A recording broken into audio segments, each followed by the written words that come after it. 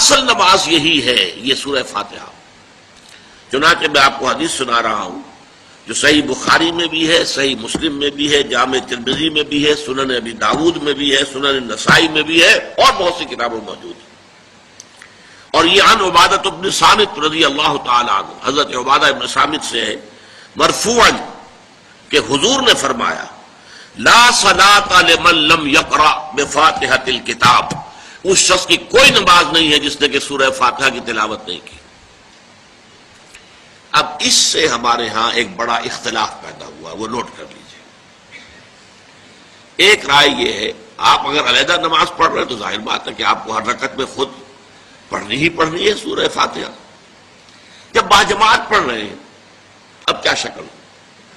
امام پڑھ رہا ہے سورہ فاتحہ تو کیا مقتدی کو بھی پڑھنی چاہیے؟ اس حدیث میں جو الفاظ کی شدت ہے اس کی بنا پر رجحان یہ ہوتا ہے کہ یقیناً اس صورت میں ہر شخص کو لا صلاۃ لمن لم یقرأ بفاتحۃ الکتاب، جس نے کہ فاتحہ کی تلاوت نہیں کی، قرأت نہیں کی، اس کی کوئی نماز ہی نہیں۔ تو یہ موقف ہے امام شافعی کا، یہی مسلک ہے ہمارے اہل حدیث بھائیوں کا کہ آپ چاہے اکیلے نماز پڑھ رہے ہو، چاہے امام کے پیچھے پڑھ رہے ہو، اور چاہے امام جو ہے وہ جہری رکعت پڑھا رہا ہے اور چاہے سری رکعت پڑھا رہا ہے۔ خاموشی والی رکعت سورہ آپ کو معلوم ہے کہ نماز جو ظہر اور عصر کی ہے تو چاروں رکعتیں جو ہے وہ سری ہے، مغرب کے اندر آ کر دو جہری ہیں ایک سری ہے، عشاء میں آ کر دو جہری ہیں دو سری ہیں، سورہ اور نماز فجر کے اندر دونوں جو ہیں وہ جہری ہیں۔ تو چاہے جہری ہو چاہے سری ہو، آپ کو بھی لازماً جو مقتدی ہے اسے بھی سورہ فاتحہ پڑھنی ہوگی۔ اب اس کے لیے انہوں نے یہ طریقہ جو ہے تلقین کیا ہے کہ امام تیزی سے نہ پڑھے، رک رک کر پڑھے الحمدللہ رب العالمین، اس کے بعد اتنا وقفہ دے دے کہ جو مقتدی ہے وہ بھی کہہ لے اپنے دل میں یا پڑھ لے الحمدللہ رب العالمین الرحمن الرحیم۔ تو یہ رک رک کر پڑھنا، خاص طور پر اگر آپ کو موقع ہوا ہو کسی اہل حدیث امام کی امامت میں نماز ادا کرنے کا تو آپ دیکھیں گے کہ بڑا فرق ہے۔ ہمارے جو حنفی امام الحمدللہ رب العالمین الرحمن الرحیم مالک یوم الدین ایاک نعبد و ایاک نستعین، چار آیتیں جو ہیں وہ بھی ایک ساتھ میں پڑھ جائیں گے، لیکن یہ کہ عام طور پر جو اہل حدیث حضرات ہیں وہ رک رک کر ٹھہر ٹھہر کر پڑھتے ہیں، ترتیل کے انداز میں پڑھتے ہیں۔ یا پھر دوسری شکل انہوں نے ایک اور کی ہے، یہ آپ سعودی عرب میں جب کبھی نماز پڑھیں گے اور آپ پڑھی ہو آپ نے تو وہاں آپ دیکھیں گے کہ امام جو ہے وہ سورہ فاتحہ پڑھنے کے بعد کوئی 1 منٹ جو ہے خاموش رہتا ہے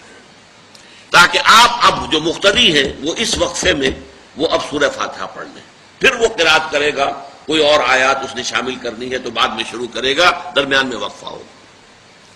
لیکن ایک مسلک یہ ہے، اور یہ مسلک جو ہے یہ در حقیقت قرآن مجید کی ایک آیت کے اوپر مبنی ہے۔ سورہ اعراف کے آخر میں فرمایا گیا وَإِذَا قُرِئَ الْقُرْآنُ فَاسْتَمِعُوا لَهُ وَأَنصِتُوا،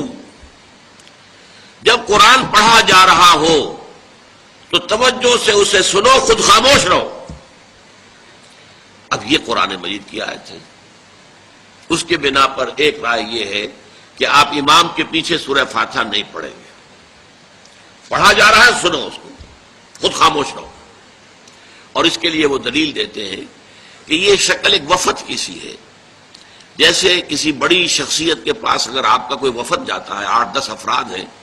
ان میں اسپوکس مین ایک ہوتا ہے، وہ بات کرتا ہے، باقی سب لوگ موجود رہتے ہیں، سنتے ہیں۔ اسی طریقے سے امام جو ہے وہ گویا کہ آپ کا نمائندہ ہے اور وہ پڑھ رہا ہے الحمدللہ رب العالمین الرحمن الرحیم مالک یوم الدین، تو امام کی قرات ہی آپ کی بھی قرات ہو گئی۔ گویا کہ اس آیت سے، اس حدیث سے اختلاف نہیں ہے، اس کی تعبیر سے اختلاف ہے کہ امام کا قرات کر لینا در حقیقت مقتدیوں کی طرف سے بھی قرات ہے۔ اس میں جو حنفی مسلک ہے وہ بہت سخت ہے، اور وہ یہ ہے کہ چاہے سری نماز ہو اور چاہے جہری ہو، ہر کسی بھی حالت میں مقتدی جو ہے وہ سورہ فاتحہ نہیں پڑھے گا۔ اب اس میں ذرا سا سوال پیدا ہوتا ہے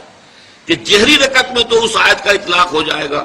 کہ وَإِذَا قُرِئَ الْقُرْآنُ فَاسْتَمِعُوا لَهُ وَأَنصِتُوا، سری میں تو اس آیت کا اطلاق نہیں ہوتا۔ بہرحال یہ مسلک ہے امام شافعی کا، ایک انتہا پر ہے، ہر صورت میں سری ہو یا جہری ہو آپ کو پڑھنی ہی پڑھنی ہے۔ اور امام ابو حنیفہ دوسری انتہا پر ہیں کہ چاہے سری ہو چاہے جہری ہو کسی شکل میں نہیں پڑھنا۔ امام مالک کا مسلک ہے درمیان میں، اور میں اس میں کوئی جھجک محسوس نہیں کرتا کہ میں آپ کے سامنے عرض کر دوں کہ میں اس پر عمل پیرا ہوں۔ وہ کیا ہے؟ جہری نماز میں خاموش رہو اور سنو۔ اس آیت کا اطلاق ہو جائے گا جب بلند آواز سے پڑھ رہا ہے امام تو پوری توجہ، فاستمعوا لہ، اپنی پوری توجہ کو اس کے سننے کے اوپر مرکوز کر دو اور خود خاموش رہو۔ سری رکعت میں البتہ جبکہ وہ بھی خاموشی سے پڑھ رہا ہے، آپ بھی خاموشی سے پڑھ رہے ہیں۔ بہرحال ان چیزوں میں نے یہ سب کو بیان کیا ہے تو اس سے جو میرا مقصود ہے وہ یہ ہے کہ معلوم ہو جائے کہ اس میں کوئی بڑی بنیادی بات نہیں ہے، نہ یہ کہ جو حنفی ہیں وہ اس حدیث کا انکار کرتے ہوں کہ لا صلاۃ لمن لم یقرأ بفاتحۃ الکتاب، کیسے وہ انکار کریں گے؟ اور نہ ہی کوئی جو حنبلی ہے یا اہل حدیث ہے وہ قرآن کی اس آیت کا اختلاف سے جو ہے وہ اختلاف کر سکتا ہے کہ اذا قرئ القرآن فاستمعوا لہ وانصتوا، لیکن یہ کہ اس کے پھر اس سے جو احکام کا استنباط ہے اس میں اختلاف ہو جاتا ہے، تو اس کو نہیں سمجھنا چاہیے کہ یہ کوئی بہت بڑی اہمیت والی بات ہے۔